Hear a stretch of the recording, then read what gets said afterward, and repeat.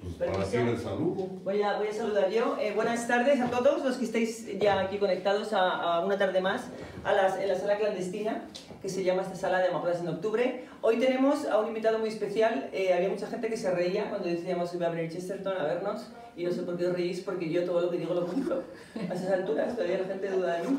Así que lo prometido es deuda, y este aquí, Mr. Chesterton, That's me. Welcome. Vamos a hacer magia, y además va a ser traducción simultánea él a sí mismo. Esto es extraordinario. Ahora enseguida le bajo un café para que se espabile más, pero os aseguro que en 5 minutos que hablo con él ya os va a cautivar a todos vosotros. Este es el libro, la excusa por la que vienen aquí, la utilidad de leer, la acompaña Íñigo, traductor. Gracias, Íñigo. Hola. Y de Trama, de la editorial Trama, que es una de nuestras favoritas en Amapolas, ya lo sabéis. Y bueno, yo solo os pido que gocéis, porque es lo que hay que hacer aquí, gozar y disfrutar. Y con este día y con este momento inauguramos estas 24 horas de me escapé de las páginas de una novela, y a partir de mañana todo el que venga vestido de personaje de novela o de autor, pues ya sabéis que tendrá un premio, un regalito en esta librería, que es la vuestra. Así que, gozar. Muchas gracias. Si me permites, yo quiero empezar por decir que es un gran honor estar con este hombre, porque es el reautor del libro. Yo creo que Chesterton, si es que soy yo, he sido traducido por algunos genios, como por ejemplo Alfonso Reyes. Creo que también Julio Cortázar tradujo algo. Sí, pero algún relato. Un relato, ensayos no. Pero también he sido muy mal traducido. Pues lo primero que me llamó la atención de esta edición fue la traducción, y pedí conocerlo. A raíz de eso, el editor Manuel Ortuño, que es un arcángel, pero también es muy traviesillo, fue donde decidió que yo me parecía a Chester. Y luego me enseñaron la portada del libro, que es bastante impresionante, porque hay mucha gente que cree que el libro se llama Con un par de huevos. Esa es la traducción. Esa es la traducción visual. Vamos a empezar por el título. La utilidad de leer. No existe en inglés ese título para una antología de Chesterton. Esta antología la hemos hecho entre Manuel Ortuño y yo.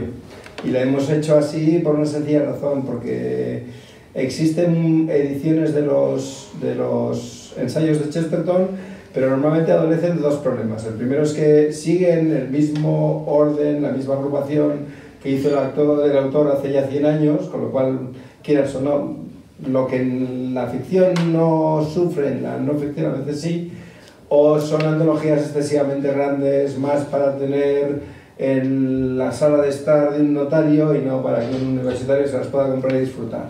Entonces la nuestra es una edición disfrutona, es una edición que igual le faltan un par de páginas, pero no le sobra ninguna, que es lo que buscábamos, y luego también es una edición que sobre todo busca seducir.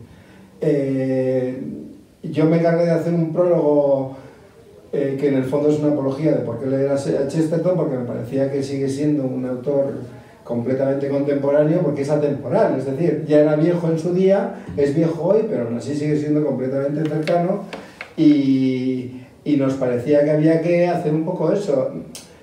Hay una cosa en la cual yo estoy al 100% en consonancia con Manuel Ortuño y con Trama Editorial, y es que procuramos ser tan desacomplejados como nos es posible. Seguimos creyendo que el tiempo invertido en la lectura no es un tiempo que en un momento dado lo haces ni para quedar bien con nadie, ni porque no te va el wifi y entonces no puedes ver Netflix, o porque en un momento dado tu novia no te hace caso. No, en realidad es un tiempo perfectamente utilizado, de pura calidad, y que nos gusta hacer porque sí. Y en eso pues tenemos pura consonancia aquí con el señor Chesterton, que como podéis ver pues está cada día, como decían lo de Gardel, de cada día canta mejor, pues tú la verdad es que cada día tienes mejor pinta. Voy a engordar para ser digno, parecido. Hay 3 cosas que se me ocurren. En primer lugar, la utilidad de leer tiene un secreto sentido, que es para el lector que no tiene ni idea, recordar que leer, para empezar, produce placer. Completo. Completo. Completo. Y tú eres la mejor personificación de ello. Bueno, te lo agradezco porque para los que no sepan, en México hubo un demente de nombre Marx Arriaga que provocaría un gran ensayo de Chesterton porque dijo que leer por placer era un vicio del consumismo capitalista. Entonces yo le contesté en tonos muy elegantes y muy chestertonianos, y 2 días después me cesaron de mi trabajo, que yo trabajaba en la embajada, y entonces ahora puedo volver a usar un chaleco y ser feliz y decirle a todo el mundo, sí, se lee por placer, no le hagan caso a Marx, ni a Carlitos, ni al Mejito. Punto número 3. De hacerle caso a Marx, a Harpo, siempre. A Harpo, claro, es el que mejor hablaba. Con diferencia. Nunca dijo nada. Por cierto, paréntesis, hay una película de los hermanos Marx ya viejos, que Chesterton sería el primero en escribir lo que les voy a contar. La música que ponen de fondo para un sketch de Harpo, en donde saca una taza de té, saca un martillo, saca un óleo, saca de la gabardina. Una bocina. La música de fondo es el himno nacional mexicano. Lo pueden ver en YouTube, es impresionante, que no pagaron derechos, no hay regalías, pero ese himno se hizo famoso gracias a Harpo. Ahora, en tercer lugar, vamos ya a la pulpa del tema. La antología entonces se hizo leyéndolo y sacando perlas, pero ¿con qué antojo? Es decir, ¿cuál es el sazón que le quisiste dar para que tuviera sentido esta antología? A mí me parece que Chesterton, como ensayista, podemos hablar luego todo lo que quieras de él como narrador, que me parece espectacular. El padre Brown sigue siendo la cosa más increíble y más cinegrafo, es que es brutal. Y el hombre que fue jueves. Sí, pero a mí como ensayista, Chesterton me parece que tiene 3 grandes virtudes.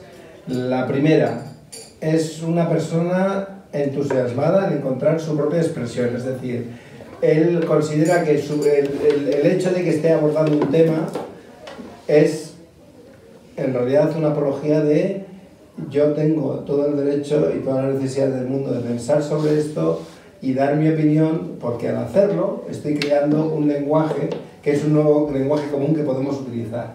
Es decir, a mí me parece que en realidad todo escritor lo que está haciendo, y por eso leemos, porque tenemos una conversación íntima con alguien que nos enseña a expresarnos. Y Chesterton eso lo consigue muchísimo en sus ensayos, con independencia del tema. Por otro lado, es alguien cuyas reflexiones sobre la literatura son lo menos pedante que hay, porque en realidad él de verdad creía en la utilidad. Y esa utilidad es algo... Déjame ponerte un símil que parece un poco extrapolario, pero que es muy claro. Hay un libro que a mí me encanta de Cyril Connolly que se llama El sepulcro sin sosiego, la sepultura sin sosiego, donde tiene una sentencia que es demoledora. Dice, el verdadero indicador del carácter de un hombre es la salud de su esposa. Es decir, creo que todo el mundo lo entiende. Lo que viene a decir es, me da igual cómo seas, lo que tengas en casa cuando nadie te vea, ese eres tú. Bueno, pues con Chesterton las lecturas son así. Es decir, me da igual si son tapaduras, si tienes lo que saques de yo, lo que puedas aplicar a tu vida, eso eres tú. The Unquiet Grave, sí, se llama en inglés. Sí. Y también en ese libro dice una cosa que a mí me marcó. Es el comienzo. Escribas lo que escribas, aunque sea una cuarta de forros, proponte hacer una obra de arte. Sí, eso es como empieza. Dice que la única excusa que puede tener alguien para volver a escribir un libro es intentar pretender hacer una obra maestra. Ahora liguémoslo con Chesterton. Mira. Es que yo creo que Connolly es un gran seguidor de Chesterton. Por supuesto. Y yo creo que así como hay ensayos, textos breves, esto que ahora llaman non-fiction, bueno, Chesterton lo que hace es redefinir el concepto de Montaigne de los ensayos. Sí. Montaigne decía, la materia de mi libro soy yo. Bueno, Chesterton está diciendo lo mismo, pero lo que nos dice a los escritores, sobre todo escritores como yo, es inevitablemente hay días que se te olvida que es el día de la entrega. Es decir, tienes que mandar la columna al periódico. Seguramente su esposa le preguntaba, GK, ¿de qué va mañana el artículo? Y ha de haber dicho, pero mañana, sí, mañana lo mando. No, lo tienes que mandar hoy. Entonces en ese momento se sentaba y sacaba de los bolsillos lo que tenía, y el ensayo se llama Lo que llevaba en el bolsillo, para que los lectores después dijeran: qué bárbaro, le dedicaste ahí un mes a la reflexión, te hundiste en la filosofía. No, fue tan simple que fue un maquinazo, pero un maquinazo que demuestra que también se podía hacer una obra de arte con la presión y la distracción. Yo estoy de acuerdo con esto que comentas, pero me gustaría hacer otro símil, y es este. Tú tienes una persona que puede ser un músico clásico, que desde que tiene 4 años coge las partituras que se escribieron hace 200 y las toca, y las toca, y las toca, y las toca, y las toca, y las toca, hasta que le salen fantástico. Y luego tienes un músico de jazz que desde los 4 años está tocando, y tocando, y tocando, y tocando, y tocando, y tocando, pero A, nunca toca lo mismo, y B, con el mismo grado de fanatismo por comunicar y contagiar con la música, procura poner algo de sí. A mí me parece que es muy fácil fingir que Chesterton en un momento dado estaba olvidadizo, escribía algo en una obra maestra media hora, no. Era un hombre que estaba escribiendo todas las horas del día, todas las horas que dormía. Entonces, esa aparente facilidad está tan ensayada que es como lo que dice Jung cuando dice que cuando ve a alguien perfecto le horroriza pensar todo lo que ha tenido que sufrir para tener tan buena pinta, ¿no? En Chesterton es eso, es esta maestría. A mí me horroriza pensar lo absolutamente obsesionado que tienes que estar para poder jugar con palabras así. Y al final, claro, no puedes hacer otra cosa, porque es que no haces otra cosa, ¿no? Es algo increíblemente... Y además se nota muchísimo. Las frases de Chesterton están muy bien ligadas. Están muy bien ligadas. La como si diferencia conversara, ¿no? Sí, pero es que tú lees a mí me sucede porque yo me acuesto con muchos libros, es decir, traducir es como si te acostaras con ellos. La verdad es que es horrible porque se te ven las tripas, se te ve todo. Estás desnudo delante de un texto y el texto está desnudo contigo. Entonces lo que pasa es que ahora mismo lo que tengo que hacer es como si tuviera que ir poniendo prótesis a las frases para que al final el texto final pues parezca lo bastante digno como para que invirtamos nuestro tiempo en leerlo. Eso no pasa con Chesterton. Es como un mueble escandinavo que de tanto lijar y tanto lijar y tanto lijar ya lo único que tiene es una superficie que parece tan tersa como el culo de un bebé. Sí. Es algo increíble. Ya no es madera. No, ya no es madera. Y eso es algo que también, por ejemplo, lo voy a decir porque lo tengo aquí, es algo que sucede también en tu prosa. Bueno, es decir, tu prosa fluye muy bien, pero fluye muy bien porque en el fondo tienes esa misma obsesión que ya, pues claro, es como el pez que está dentro del agua y no la ve. Como estás todo el día haciéndolo, pues al final ya no te das cuenta ni siquiera de que estás haciendo. Por eso lo quiero. Ahora me acordaba yo de una anécdota que creo que la menciono en el epílogo, que es que, bueno, cuando dicen que Chesterton mandó un telegrama a casa desde una estación de trenes en Londres para preguntarle a la esposa: estoy en King's Cross, ¿a dónde iba? Porque según esto se le había olvidado a qué había entrado al centro de Londres. Pero no es que estuviera con la cabeza en las nubes, es que obedece a lo siguiente, a ver qué te parece. Yo soy de la idea que escribe el que escribe. El que no escribe, no escribe. Pero el que escribe de veras, escribe incluso cuando no está escribiendo. Y el verbo se aplica para amar, leer y a lo mejor hasta comer. ¿Estás de acuerdo? Entonces, lo que pasa es que este hombre iba en el tren redactando. Este hombre tenía como el hipertexto invisible del siguiente artículo, que podría ser quién está sentado enfrente, o qué opina del verano, o el dedo gordo del pie, o un pedazo de tiza, que además ese es magnífico porque lo escribe además sentado sobre un pedazo de tiza, que es cuando reconoce que está en el campo y está escribiendo precisamente sobre el objeto del que se está hablando. Pero ¿sabes lo que pasa? Que yo creo que hay una cosa que la prosa británica hace mejor que nadie, y es huir de la abstracción. Es decir, tú lees a un francés y te aburres, porque te está diciendo la solidaridad, la intimidad, y dices, la solidaridad, la intimidad no las he visto en mi vida. O sea, puedo ver un pedazo de tiza, puedo ver un resto de pan, puedo ver un rizo, puedo ver un moño, puedo ver una casa, una tapia derruida, pero la solidaridad no la he visto. Entonces, la prosa anglosajona en el fondo nos llega mucho más cerca porque huyen de esa abstracción. Y al hacerlo, se vuelven infinitamente más cercanos, infinitamente más, ¿cómo decirlo?, más amables con su interlocutor. Porque no te fuerzan a tener que fingir que puedes ver cosas que no sabes muy bien si ellos las están viendo o no. Es como si, yo me siento muchas veces con las abstracciones como si fuera daltónico y me estuvieran explicando la diferencia entre un tono salmón y uno durazno. Digo, me parece genial, lo único que me estás diciendo es que es más listo que yo. Entonces, es como me siento, no quiero decir que sea así. Entonces, Chesterton va al revés, lo que viene a decirte es, este pedazo de tiza y este texto sobre el pedazo de tiza es mi manera de poder contagiar algo que no me voy a dignar a destrozártelo, porque en el fondo no quiero hacerlo porque te estoy teniendo mucho respeto, pero que por otra parte tú y yo podemos ir con todo esto mucho más allá. Muy utilitario. Sí. Decir, la practicabilidad, the practicality. Por ejemplo, ¿cuáles son las ventajas de permanecer en la cama? De eso voy a escribir. Pero mira, yo me acuerdo que hace muchos años tenía un profesor de literatura que decía, explicar literatura, es decir, todo lo que es la crítica literaria, es una cosa muy sencilla de definir, pero muy difícil de hacer. Y es explicarte cómo funciona un perro sin matarlo.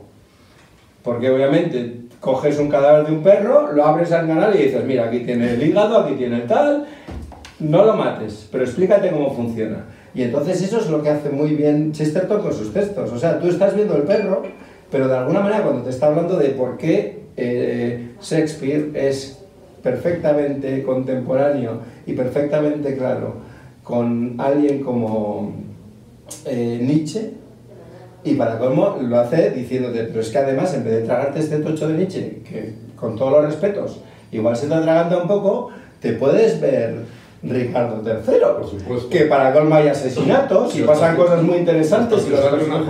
Es que es eso, o sea, ¿qué prefieres? ¿Qué prefieres? ¿Leer filosofía alemana o ver aquí al señor Otelo? Now is the winter of our discontent. Hablando de eso, este libro, en la pasada feria del libro, del Retiro, me tocó estar felizmente al lado de una bella mujer que lo vendía y que se llama Sonia, y que ella puede avalar que muchos jóvenes, por lo menos mientras yo estuve, se lo llevaban, y lo que les llamaba la atención era que ella les decía, o bien lo veían también en la Cuarta de Forros, que aunque son textos que se publicaron el siglo pasado, parecería que este señor anda todavía vivo, es decir, que sí soy yo, necesito engordar más, y acaba de escribir, lo que escribe sobre las novelas de detectives, se aplica incluso para Netflix. Es decir, claro que sí. Porque parecería que es un testigo, como él contemporaneizó a Shakespeare, entonces también él mismo se extra contemporaneizó. Yo creo que sí sabía que le estaba hablando a la condición humana, sin importar la moda. Bueno, yo estoy hoy vestido con la moda de él, pero podría haber venido con una Lacoste y aún así puedo hablar de él porque yo ya me lo imagino también en gallumbos. Es decir, ese hombre podría haber usado un chándal o a lo mejor no un chándal, pero sí una gorra de béisbol. Sí. Yo francamente, como dice el refrán americano muy bien dicho, no juzgues un libro por sus tapas. En su caso yo creo que no lo habría hecho nunca. En este caso un par de huevos y el peinado que le pedí al peluquero. Llevé el libro a la peluquería, la linda peluquería madrileña, y le dije, ¿es posible que me haga este corte? Dijo, pero aquí no damos de comer. Dije, no, güey, o sea, el pelo, no quiero los huevos. Pensó que yo estaba pidiendo huevos rotos. Estoy haciendo bromas y yo sé que mucha gente luego me critica porque dicen que soy un payaso, pero yo lo que aspiro es heredar el humor, el sentido del humor de Chesterton. Es muy distinto a el pastelazo o el autor chistosito. En México lo heredó Jorge Ibargüengoitia. Sí. Y hay algunos autores que han querido abrevar del humor inglés, porque es bastante particular y tiene la misma simiente, que es, el chiste es muy práctico. El chiste tiene una utilidad que no sea todo el humor inglés es igual. Bueno, no, pero el flemático que nos interesa. Sí. El Chesterton en ese sentido es muy incisivo y buenísimo. Y además hay otra cosa, y es que en Chesterton la religión es un arma arrojadiza, que no le sucede a otros ingleses. Y normalmente además la religión en Inglaterra, para los escritores, viene a ser como un motivo de dolor. Te pongo un ejemplo, Evelyn Waugh, que tiene esas obras tan divertidas sobre un cementerio de animales y todas estas cosas, cuando se pone a hablar de religión, te monta una cosa como Return of Rises, que es maravilloso, pero que en el fondo es un novelón. Sí. O sea, y es la cosa más... Chesterton, no, o sea, cuando el padre Brown, que tiene que ser católico por lo que tiene que ser, es decir, para tocar las narices absolutamente el resto de los personajes, pero tú lees los relatos del padre Brown y cuando no hay un francés suicida, hay un escocés completamente chiflado que crea además en los trasgos y todo eso define muy bien a la gente, pero lo hace de un modo que leyéndolo 100 años más tarde te sigue convenciendo. O sea, nadie piensa que Chesterton sea ni racista, ni homófobo, ni nada, ni clasista, ¿no? Porque en realidad es que lo trasciende a todo. Hay una cosa que decir, y es que gente como Virginia Woolf odiaba y aborrecía a Chesterton. Pero yo creo que lo hacía precisamente porque Chesterton es la persona más desacomplejada que hay. En el fondo no tiene que reclamar nada porque no piensa que tenga que reclamar nada y porque yo creo que además le daba igual lo que pensaran de él, absolutamente. Sí, por supuesto, y en el círculo de Bloomsbury sería el que diría, pues en realidad esto no está sabroso.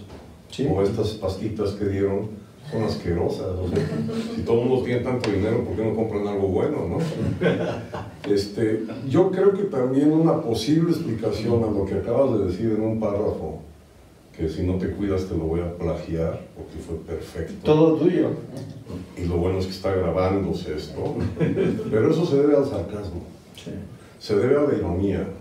Es decir, el padre Brown no se entiende, y muchos de los artículos no se entienden, si no entiendes que este hombre destila el incisivo, el diente incisivo de la ironía. Y entonces es capaz de reírse hasta de sí mismo. En ese sentido, por eso permanece incólume, así pasen los siglos. Hombre, una persona que dice, nos creemos muy demócratas porque pensamos en qué tendríamos que hacer con los pobres, cuando lo verdaderamente demócrata sería pensar que tienen que hacer los pobres con nosotros. Es decir, es algo, es que es un bofetón. Sí, por supuesto. Es un absoluto bofetón que un siglo después sigue siendo. O sea, hoy en día ese es un bofetón. Es un bofetón. Y este libro, yo te digo, mira, si me preguntabas un poco cuál fue el criterio que tuvimos a la hora de elegir los ensayos, yo creo que fuimos buscando bofetones.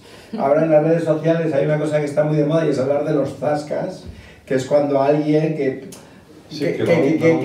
por no ir de tonto se pasa de listo y le recuerdan que pasarte de listo es peor que ser tonto. Eso es un zasca. Pues en este caso lo que íbamos buscando eran esos zascas maravillosos y todos los textos, pero están por todos lados y son absolutamente apabullantes porque te das cuenta de que en realidad no solamente te enseña a expresarte, sino que te enseña a hacer esa cosa que no sabemos muy bien cómo definir porque no creo que sea del todo pensar, pero es decir, ¿y qué pasa si en un momento dado busco otra manera de decir las cosas que no sea el lugar manido que utilizo como utilizo la misma toalla que no he echado a lavar en una semana?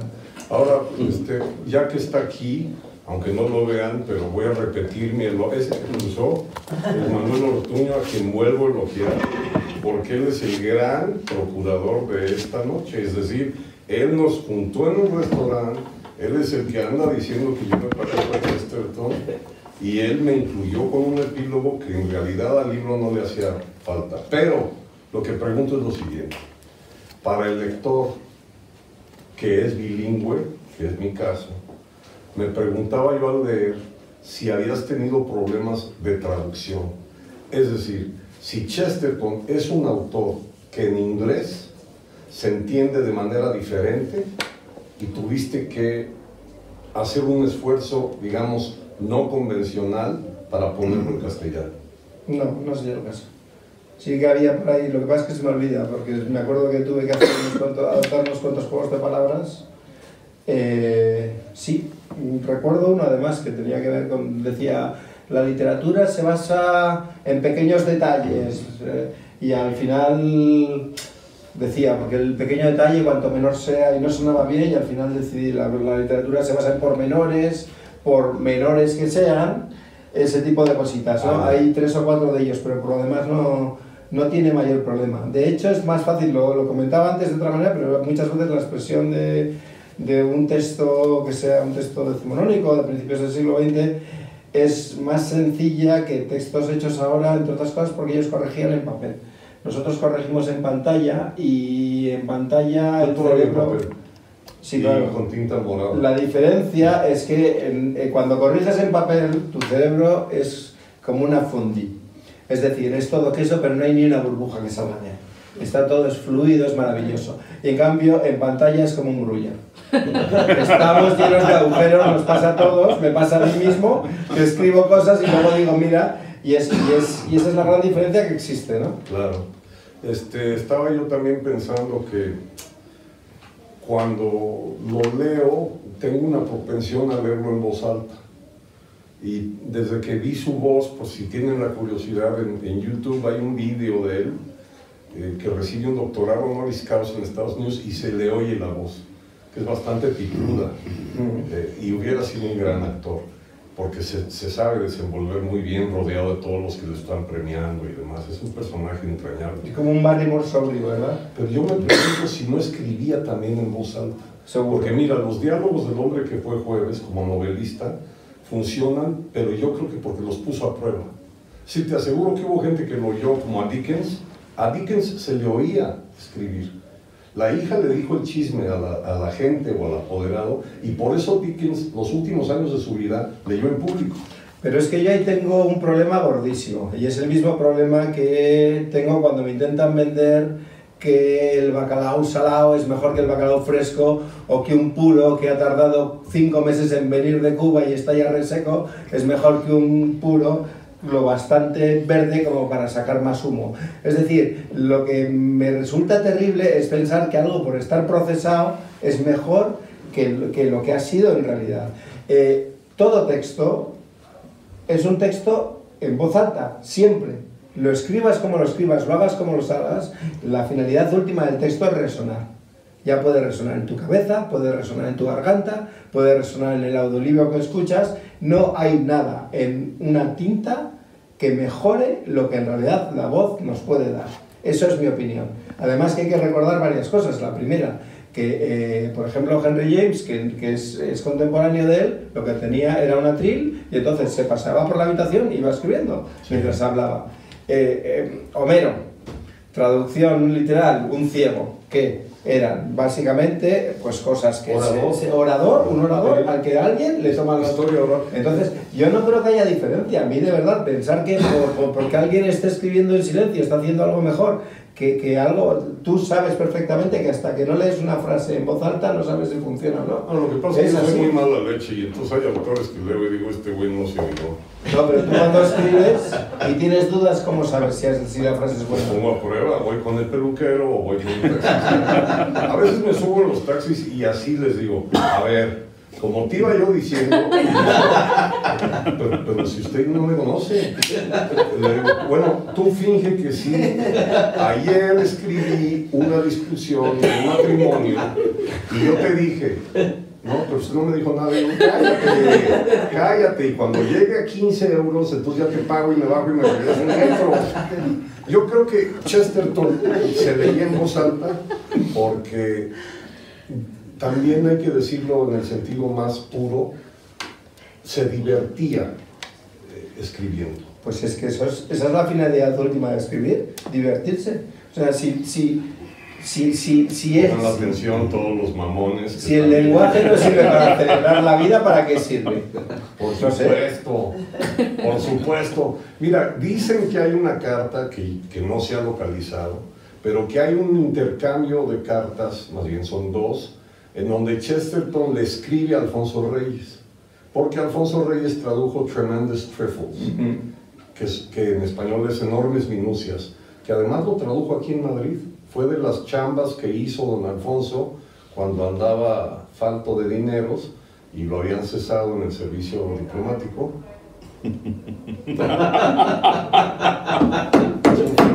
Otro cajón desastre. Ahí queda, O sea, ahí queda. No solamente me parezco a Chesterton, sino que quiero parecerme al fondo. Y una de las cosas que me gustaría descubrir en su intercambio epistolar es si Reyes de alguna manera le menciona la afinidad con el humor mexicano.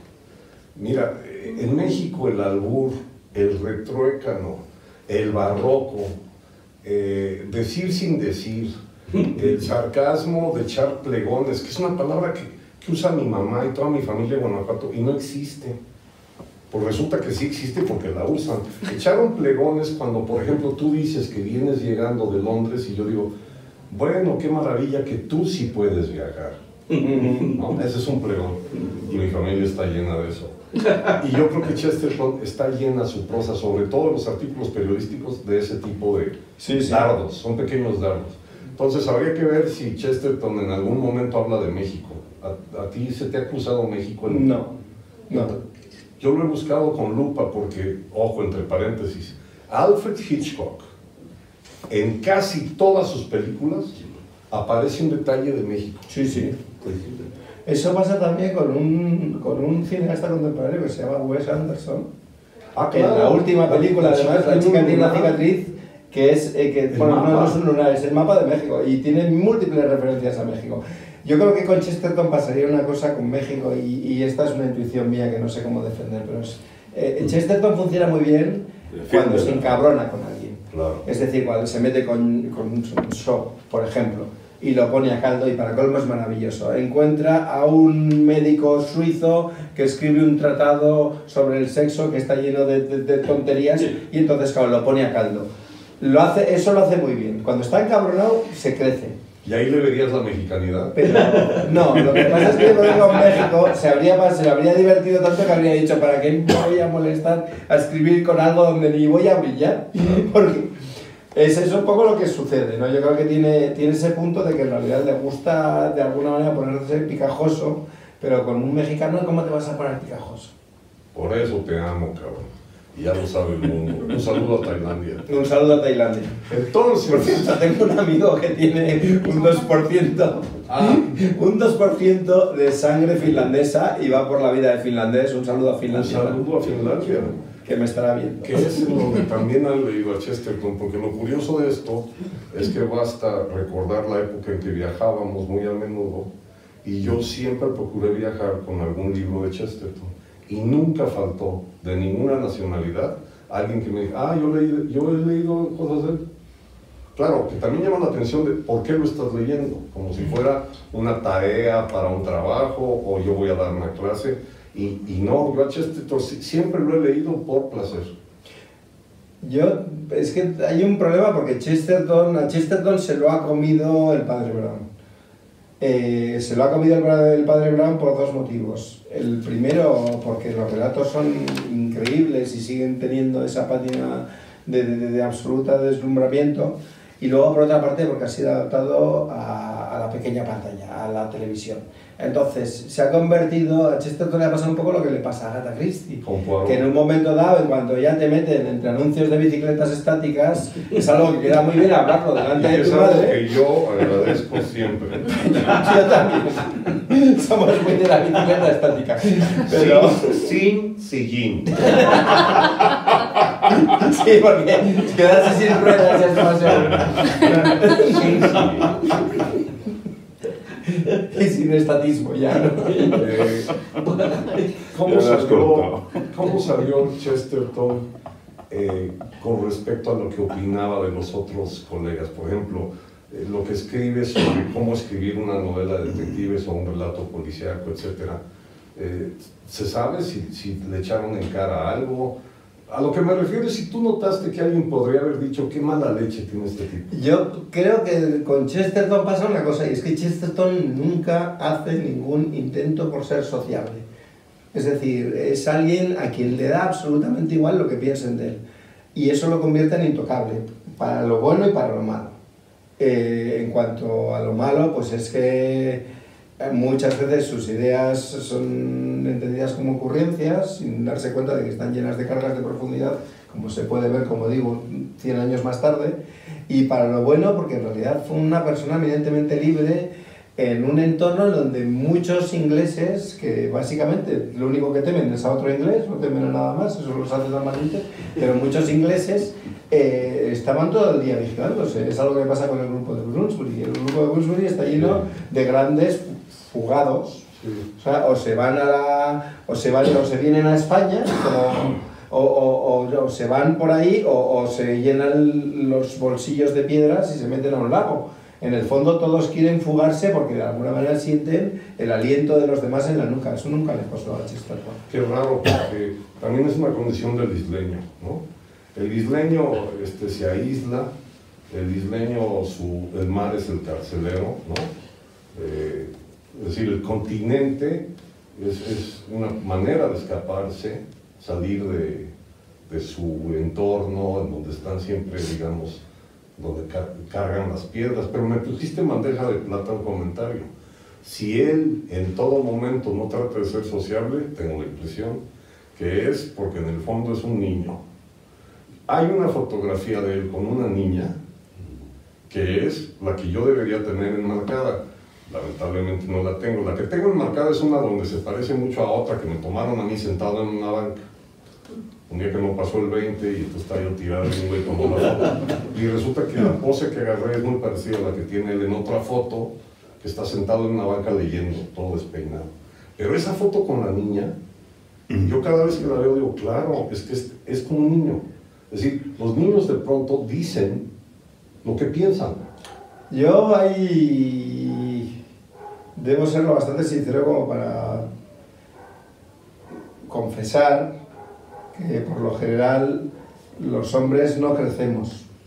En un momento dado nos avergonzamos de ser niños. Es decir, tenemos o nos avergonzamos de ser niños y entonces cogemos, no sé, juguetes lo bastante dignos como para salir en prensa, y amasamos dinero, o coches, o lo que fuera. Es mi caso. O no nos avergonzamos, o trajes, claro. O no nos avergonzamos de ser niños y entonces es así, pero normalmente crecer no crecemos mucho. Y cualquiera que haya convivido con un ser que no sea masculino durante un tiempo determinado se dará cuenta de que básicamente nos viene a decir siempre lo mismo. O sea, tú no has tenido una buena adolescencia, pero que acabe ya, que tienes 60 años y sigues así. Entonces, yo creo que Chesterton lo único que pasa es que no se avergonzaba de decir, mira, soy un hombre, no voy a crecer, pero mira que bien me lo estoy pasando, que me quiten lo bailado. No, yo tuve hijos para tener compañeritos. Y hace ya muchos años que, por ejemplo, proponía yo amarrar a una chica que nos ayudaba a hacer la limpieza y jugar a los apaches, y me dijo, ¿qué te pasa, maestro? Luego hice un fuerte apache maravilloso con los cojines de la sala, en donde apenas cabía yo. ¿Tú sabes que yo en el salón tengo un tipí? Eso es lo que yo... Oye, invítame a tu casa. Porque yo ya estoy en una situación que los hijos me están enseñando a separar la basura. Y resulta que yo no sé lo que es orgánico. Me siento como un ensayo de Chesterton, es decir, necesito que ahora un adulto más joven que yo me tenga que explicar qué es biodegradable y qué no. Bueno, ya me imagino a este hombre, a G.K., dedicándole un artículo semanal a eso. Pero eso, entre otras muchas cosas. Ahora, lo que yo quería también preguntar es, ¿tú tienes claro cuándo lo leíste por primera vez? No. Yo sí. Yo tenía 19 años y fue porque en un texto de Borges se me mencionó. Y en mi infinita ignorancia y estulticia, en una tertulia, yo dije, ¿y por qué habla de muebles? Y después un amigo que era mucho más leído dijo, a ver, güey, ese es Chesterfield, que también son cigarros. Este es Chesterton, un autor idiota. Ah, claro. Ya.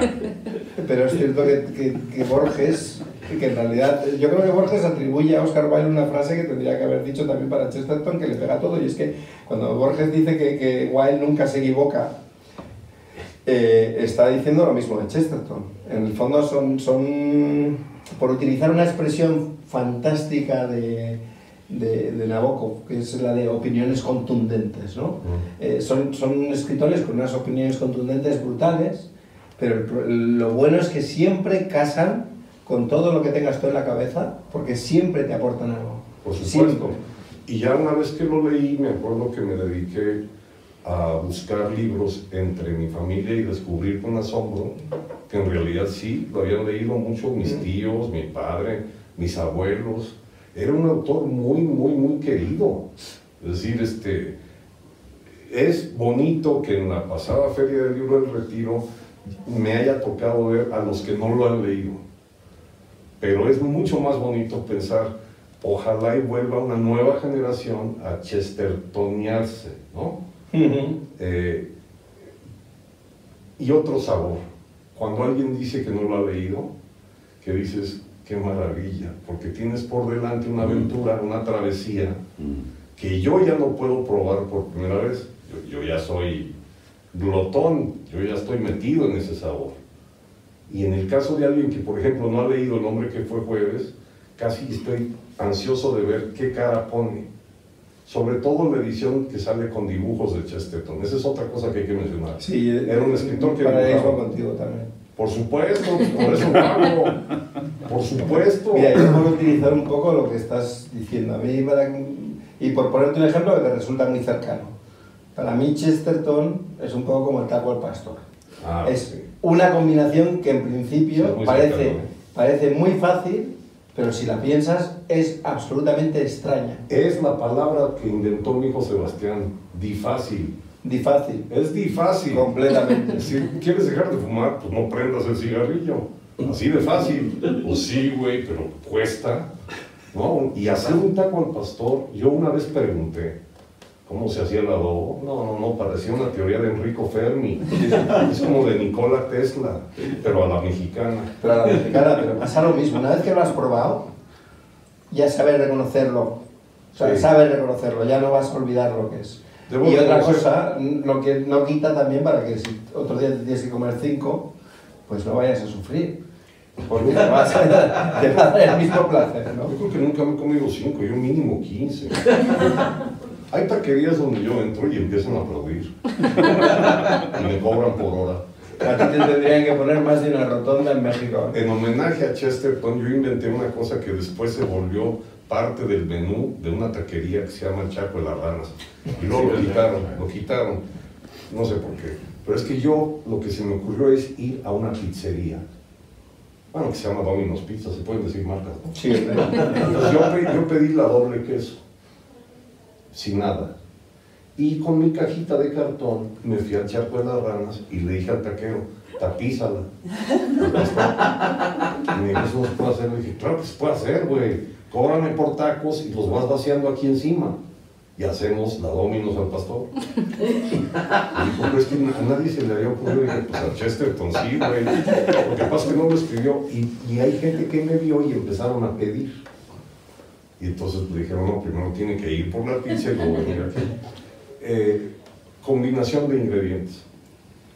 Así como acabo de decirte lo que yo inventé, ¿no te da la impresión que a veces él también toma frascos de diferentes ingredientes y los mezcla?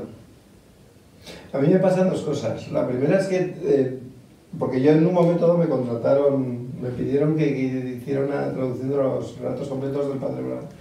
Y al final el proyecto se truncó, pero estuve metido un par de meses con el Chesterton narrador y me parecía absolutamente cinematográfico. Recuerdo un relato que era como si vieras la cámara, además es una cosa muy extraña porque es un relato en el cual te metes en la casa del jefe de policía de París y entonces entras por un vericueto, luego sales al patio. Al final es una cuestión tan maravillosa, era absolutamente cinematográfico y yo me quedé anonadado, como en 50 páginas podías hacer el comienzo de Sed de Mal mucho antes de que Orson Welles estuviera en pañales, algo tan bruto como eso. En cambio, en los ensayos lo que te das cuenta es que Chesterton echa mano por lo general de 3 trucos. El primero es utilizar una anécdota para abrir los ensayos, que siempre es una anécdota que no te vas a olvidar. o bien está criticando a alguien, o bien está contando algo divertido, como es el caso, por ejemplo, de hablar de cómo hay muchos familiares que dejan a sus familiares locos en una biblioteca, porque ahí básicamente lo que están dando son vueltas por los pasillos y no pasa nada, y todo esto para hablar de la adicción a los libros. Es decir, utiliza siempre una anécdota muy buena. En segundo lugar, en el segundo o tercer párrafo, siempre te mete una carga de profundidad, que te deja completamente anonadado diciendo a ver por dónde sale. Y lo tercero es que lo acaba a su manera, es decir, como le da la gana. Normalmente son textos que parece que no están cerrados, que quedan abiertos, pero luego si los relees otra vez o tienes que trabajar sobre ellos, te das cuenta de que no los podría haber cerrado mejor. Ahí están los tres ingredientes, Sí. lo que te decía del sazón. A mí se me ocurrió tratar de honrarlo convenciéndome. Los cuentos salen, uno, de la imaginación pura y dura, o de la ocurrencia, o de que estás soñando y escribes. Siempre hay que tener una libreta al lado de la cama, no te olviden eso. Se lo digo a Mario Vargas también. Y luego, dos, salen también de cosas que vives, de que te toca ver y dices, esto es increíble, esto da para un cuento. Peor, cuando te toca vivir algo que dices, esto da incluso para una novela, qué bárbaro. O cuando alguien te lo narra, alguien te puede regalar la anécdota. Es decir, Chesterton también sabía citar muy bien lo que contaba fulano de tal de los tranvías, ¿no? Por decirlo. Y en tercer lugar está el amasijo de ambas, es decir, lo que alguien te contó y tú lo puedes moldear de acuerdo a tu propia interpretación o imaginación. Cuando es narrador, lo hace con sus personajes, lo hace con la trama y lo hace con los desenlaces. Pero es un cabrón. O sea, normalmente cuando te presenta Chesterton a un personaje, lo que te viene a decir es francés, por lo tanto cartesiano, por lo tanto en el fondo es un suicida, porque no tiene fe.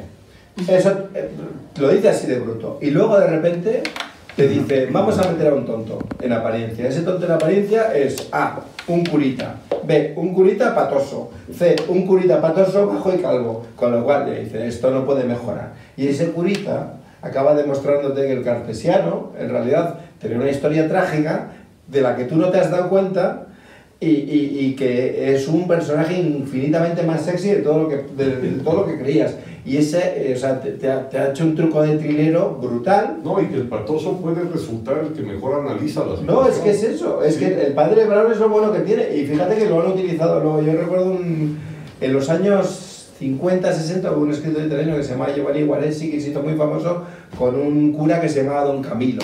Eran novelas, claro. Básicamente es el padre Brown, pero en italiano, que es como si, sí, que es como si coges a Schwarzenegger y lo doblas al italiano. O sea,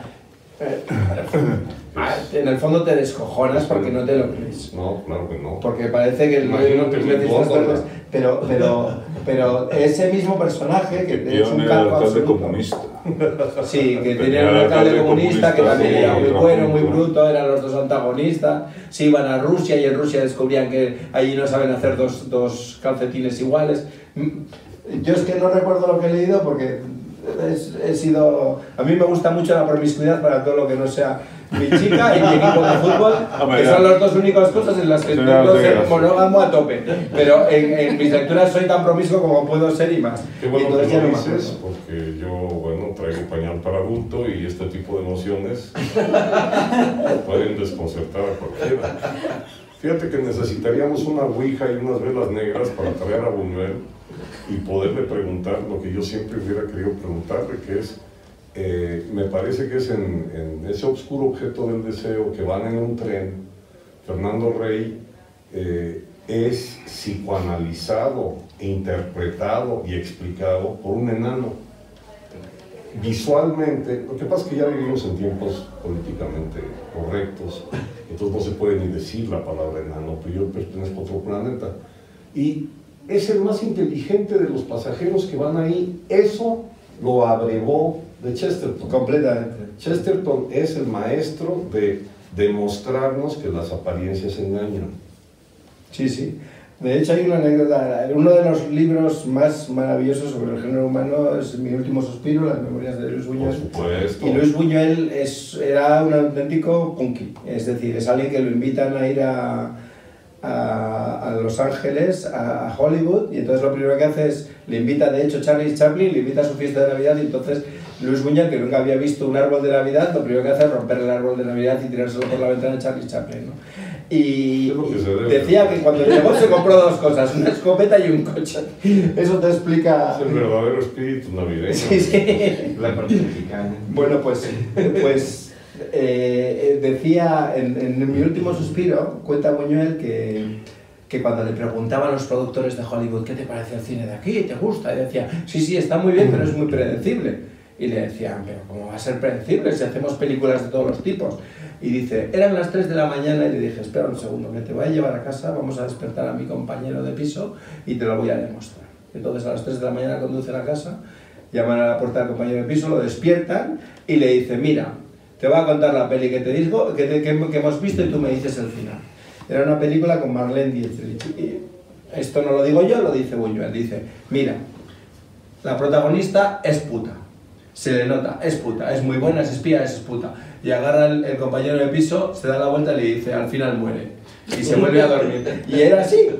Entonces, ese tipo de narrativa de Hollywood, ese tipo de narrativa de Hollywood, que Buñuel se pasa por el fútbol lo que quieras, eso sí que viene completamente de Chesterton, o por lo menos yo creo que estaban en el mismo... Por supuesto, yo creo que era gran lector de Chesterton Buñuel.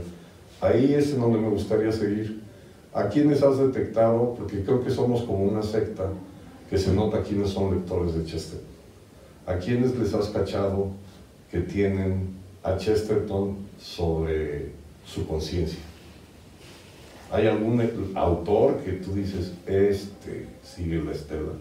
Yo ya mencioné a Ibargüengoitia. Yo te he dicho a Connery, Connery, porque me parece que es uno de los grandes deudores en el aspecto ensayístico completo.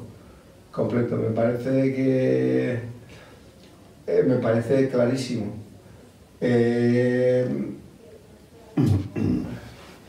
Hay un irlandés que saca novelas detectivescas con el seudónimo de John Banville.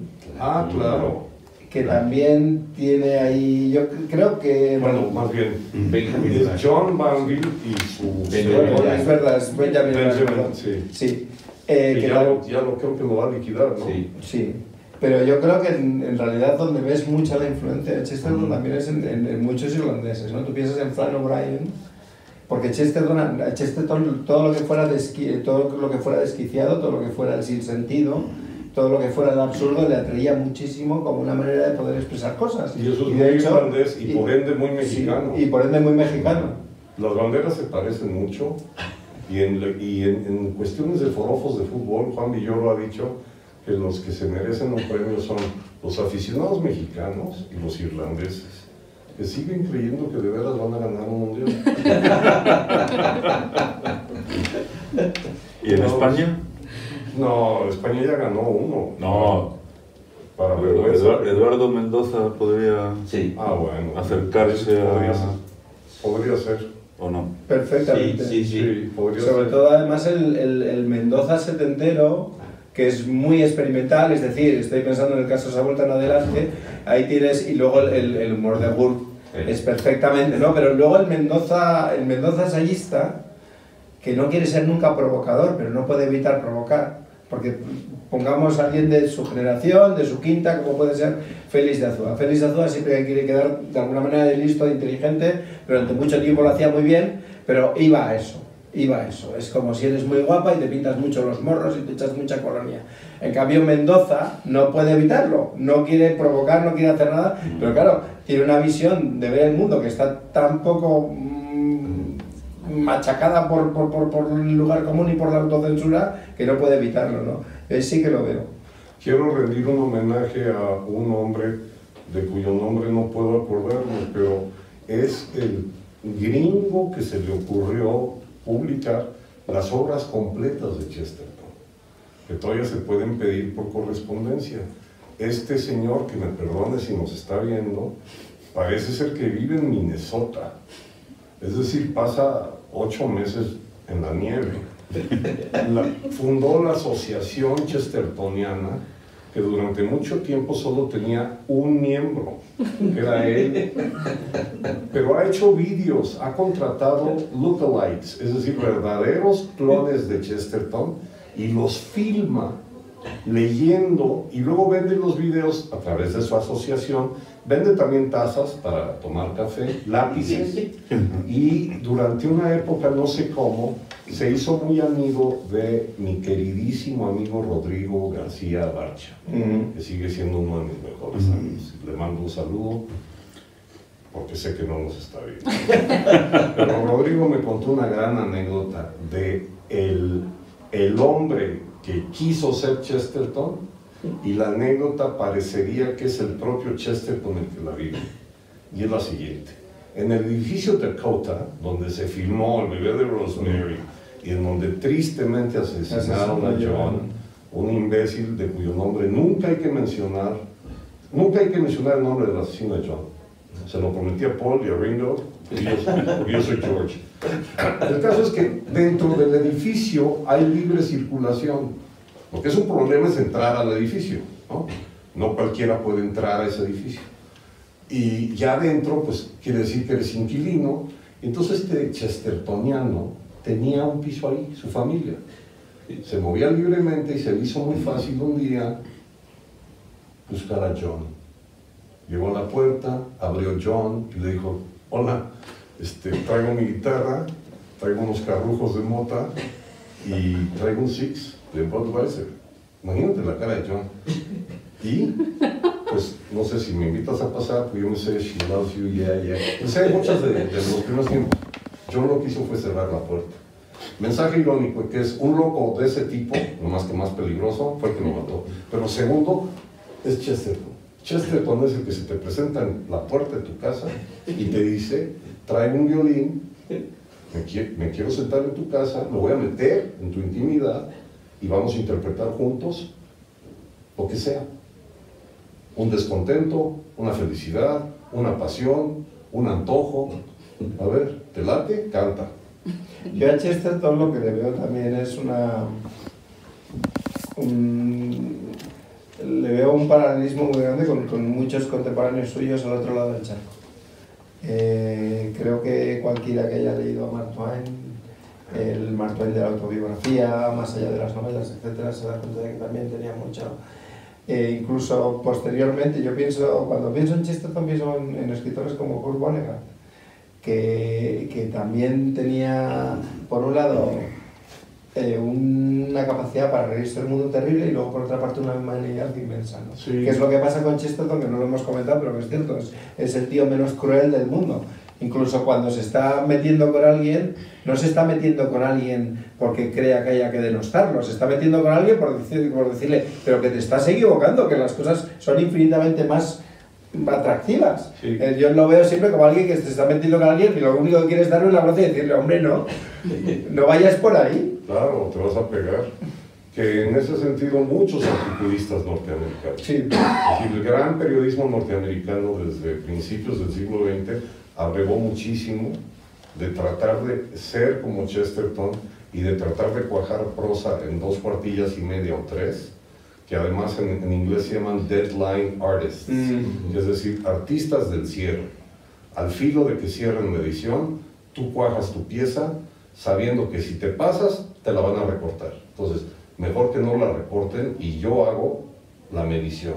2, como no hay censura, como la prensa es libre, entonces sí me puedo meter con alguien precisamente en buena onda. Pero Chesterton tiene muy poca mala leche en comparación con alguien como Mencken, por ejemplo, que Bueno, sí. ese iba a la yugular. Bueno, pero es que Mencken en el apellido lleva sentencia, ¿no? Chicos, yo me sabe fatal, pero ya estamos en la hora. Bueno, nosotros vamos a seguir, pero ya es la hora, entonces cada quien... Ellos no, ahora empieza la fiesta. Perfecto. Muchísimas gracias, Es que a la hora enhorabuena. ya si no, ya no nos deja grabar ya más. Bueno, no pasa se nada. corta, se ha cortado. No, todavía no, pero ahí ya no cabe más. ¿Habéis estado a gusto? Muchísimo. Yo la verdad no. Tú estás incómodo, te he notado. Ya está a punto de traerte otro café, ¿no? Sí. Me ha faltado cuando quería Sí, cruzarme porque otra no tengo vez. ni idea quiénes son ustedes ni qué odio. Ya, no, llegaste. Ahora me lo lleva al tipi, no os preocupéis. Bueno, muchas gracias a todos por acompañarnos. Hay que seguir, ¿no? Yo creo que en lugar de terminar aquí, le damos al post y retomamos otro día, ¿no? Cuando queráis. Claro, y hay que hablar, ¿Parece? sí, de todo. De lo Y que bueno, quieras. y de sobre todo este libro, ¿me lo dejas un segundito? Sí, cómo no. Para enseñarlo, que es la excusa. Este libro maravilloso, La utilidad de leer, editado por Trama Editorial. Y bueno, mientras Que tanto, viva Trama Editorial y Que que viva. viva esta librería maravillosa Eso. que se llama Amapolas en Octubre, Correcto. que es algo que yo siempre quise usar como título. Te lo gano.